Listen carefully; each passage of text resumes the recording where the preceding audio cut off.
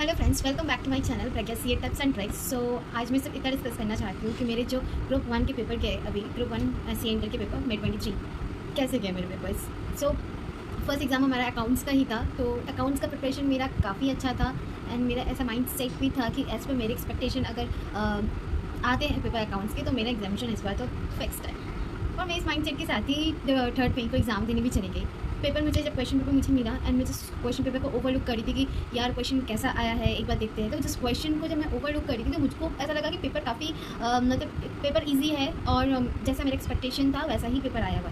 But जब मैं paper को सॉल्व करना स्टार्ट करी, क्वेश्चन सॉल्व करना स्टार्ट की, तो मुझे कुछ पॉइंट्स ऐसा होने लग गया ना जो मुझे समझ ही नहीं आ रहा था बिल्कुल भी। मतलब मुझे ऐसा लगा मैंने सम स्टार्ट कर दिया बट वो सम्स बन नहीं रहे और कंप्लीट नहीं हो रहे। मैं बहुत ज़्यादा टाइम अपना हायर परचेस और डिपार्टमेंटल को करते वक्त ही ले लिया, टाइम कंज्यूम कर लिया। वैसे भी पेपर काफ़ी लेंदी थे और लेंदी होने के बाद भी इतना ट्रिकी पॉइंट्स बिल्कुल सोचने की वक्त नहीं। फर्स्ट ऑफ ऑल कि पेपर तो इतना लेंदी था अकाउंट्स का, उसके ऊपर भी इतने ट्रिकी पॉइंट्स, हमें खुद पर्सनली पॉइंट्स को देखने का और पढ़ कर समझने का इतना तो टाइम था ही नहीं। जो समझ में आ रहा था मैं वो बस करती जा रही थी, सॉल्व करती जा रही थी। मुझे ऐसा था कि मुझे पूरे पेपर को सॉल्व करना है और फिर पेपर का ख़त्म किया। मुझे पेपर में ऐसे समझ में आ गया था कि यार सम्स करेक्ट नहीं हो रहे हैं। फिर एग्ज़ाम के बाहर निकली, मेरा मूड काफ़ी ऑफ हो गया था पेपर देख के कि मुझे ऐसा लग रहा था कि क्या ही होगा। घर आई, मैं पेपर को उस दिन काफ़ी पूरा एनालाइज़ किया कि पेपर में मैं मैनेज टू पास भी हो पाऊँगी कि नहीं हो पाऊँगी, 40 आ जाएगा कि 40 आ जाएगा कि नहीं आएगा, कितना आएगा। और उसके बाद मतलब काफ़ी हेडेक हो गया, टेंशन हो गया था पेपर को लेके। उसके बाद मेरा उस दिन तो बिल्कुल भी पढ़ाई नहीं हो पाया एंड मैं खा पी के सो गई। उसके बाद नेक्स्ट डे मैं फ्रेश उठी एंड उस टाइम भी टेंशन था माइंड में, यार अकाउंट्स का पेपर ही तो मेरा टारगेट पेपर था, अकाउंट्स में ही तो अचीव करना था, बट अकाउंट्स तो बिल्कुल भी अच्छा नहीं गया। अब क्या, बट फिर आई डिसाइडेड कि no, let's start with law का प्रिपरेशन करते हैं। कहीं लॉ का पेपर ईजी आ गया तो फिर बहुत ज़्यादा ही मतलब आपको रिग्रेट फील होगा, तो इसलिए चलो लॉ का पेपर स्टार्ट करते हैं। और फिर मैं लॉ का प्रिपरेशन स्टार्ट करती, अच्छे से मैंने लॉ का प्रिपरेशन किया। उसके बाद मुझको ऐसा लग रहा था कि चलो ठीक है, लॉ का एग्ज़ाम अगर अच्छा चला जाए तो फिर एक एग्रीगेट मार्क्स आ जाएंगे। तो मैंने लॉ का प्रिपरेशन किया और लॉ का एग्ज़ाम देने गई, तो पेपर देख के ऐसा लगा लॉ का पेपर काफ़ी ईजी आया था। अगर किसी ने एवरेज पढ़ाई करके भी गए हैं तो उनके लिए भी पेपर आसानी था। पेपर अच्छा गया मेरा ओवरऑल। तो एक पेपर अच्छे जाने के बाद जो एक मोटिवेशन आ जाता है, एक बूस्ट हो जाता है एनर्जी कि नहीं यार अब तो पढ़ना ही है, कॉस्ट में जो भी जैसा भी पेपर आए कॉस्ट को अच्छे से अटेंड करना है। फिर मैं आके ही पढ़ाई स्टार्ट कर दी, कॉस्ट का रिवीजन स्टार्ट कर दी थी। 1.5 डेज़ में मैंने बहुत अच्छे से कॉस्ट को रिवाइज़ किया, क्योंकि मुझको पता नहीं कि कॉस्ट में थोड़ा तो डर रहता ही था, हमेशा से डर रहता ही है। तो कॉस्ट का पेपर अच्छे से प्रिपेयर करने के बाद कॉस्ट का एग्ज़ाम में जब जिस दिन देने गई, कॉस्ट का पेपर क्वेश्चन पेपर देख के एक बार के लिए ऐसा हो गया कि ब्लैंक हो गई कि भाई ये क्या पेपर दे दिया है। For me personally cost paper was the toughest one and बिल्कुल अच्छा पेपर जा नहीं पाया मेरा कॉस्ट का। एंड फिर कॉस्ट का पेपर देख के तो एकदम डिमोटिवेट हो गई मैं, मुझको लगा बस किया ही अटेम्प्ट तो हो ही गया ख़त्म। सो अब इतना बुरा पेपर जाने के बाद उस मोटिवेशन के साथ पढ़ाई करना तो होता तो बिल्कुल भी नहीं है, बट एक था कि अब जब 3 पेपर दे ही दिए तो अब लास्ट टाइम में जाकर होप खोना नहीं है। एक लास्ट पेपर बचा हुआ है, इसको भी चलो दे ही देते हैं। बट एस जितना पेपर टफ होता है टैक्स का पेपर, तो ऑलवेज हर बार ऐसा लगता है कि टैक्स का पेपर तो टफ ही आएगा। बट उस अकॉर्डिंगली मैंने पढ़ाई नहीं किया उतना, मतलब मैं फोकस्ड नहीं हो पाई, क्योंकि मुझे ऐसा लग रहा था कि यार एक पॉइंट में कहीं ना कहीं माइंड में था कि कॉस्ट का पेपर तो ख़राब गया है, अकाउंट्स का पेपर भी उतना अच्छा नहीं जा पाया है। तो फिर भी चलो मैंने जीएसटी को बहुत अच्छे तरीके से प्रिपेयर किया। जीएसटी प्रिपेयर करने के बाद मैं ज़्यादा डीटी को फोकस नहीं कर पाई थी, बट जीएसटी अच्छे से प्रिपेयर किया था।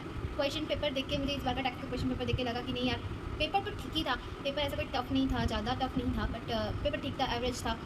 किसी के लिए अबव एवरेज पेपर भी था। But GST part and MCQ तो काफ़ी इजी था।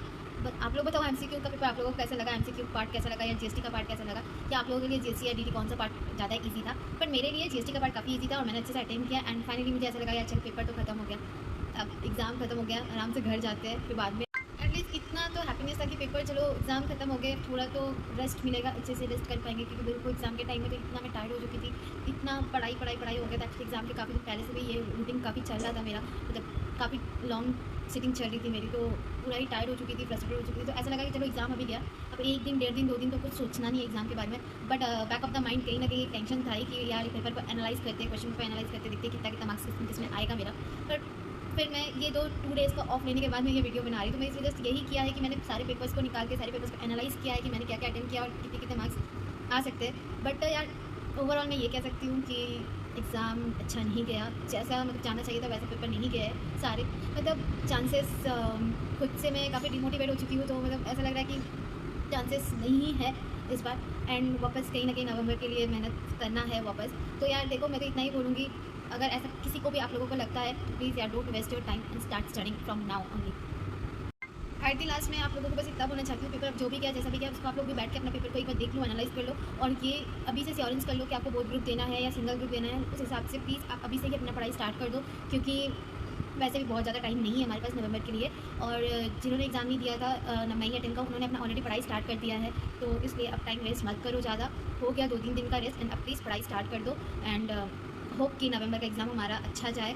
पर पढ़ाई के पहले सबसे पहले ये डिसाइड कर लो आपको बोर्ड ग्रुप देना है या सिंगल ग्रुप देना है, ये मस्ट है हमारे पढ़ाई के पहले। और एक बार आप सारे पेपर्स को एनालाइज कर लो, सारे सब्जेक्ट को एनालाइज कर लो, सारे चैप्टर्स को एनालाइज कर लो कि कौन कौन सा चैप्टर्स कितने कितने मार्क्स के आते हैं और उनका पैटर्न्स क्या है आने का क्वेश्चन पेपर का। एक बार सारा चीज़ को एनालाइज करके फिर पढ़ाई अपना अभी से ही आप स्टार्ट कर दो, वरना काफ़ी लेट हो जाएगा। एंड ओवरऑल जो भी मेरे साथ जो भी पूरा एग्जाम में हुआ वो मैंने आपको बता दिया, मेरे क्या सिचुएशन थे। अगर ये इसमें से कोई भी आपके साथ भी रिलेट किया होगा, कोई भी सिचुएशन आपके साथ भी रिलेट किया होगा, तो प्लीज़ आप कमेंट करके बताना। And please like share and subscribe my channel. Bye bye.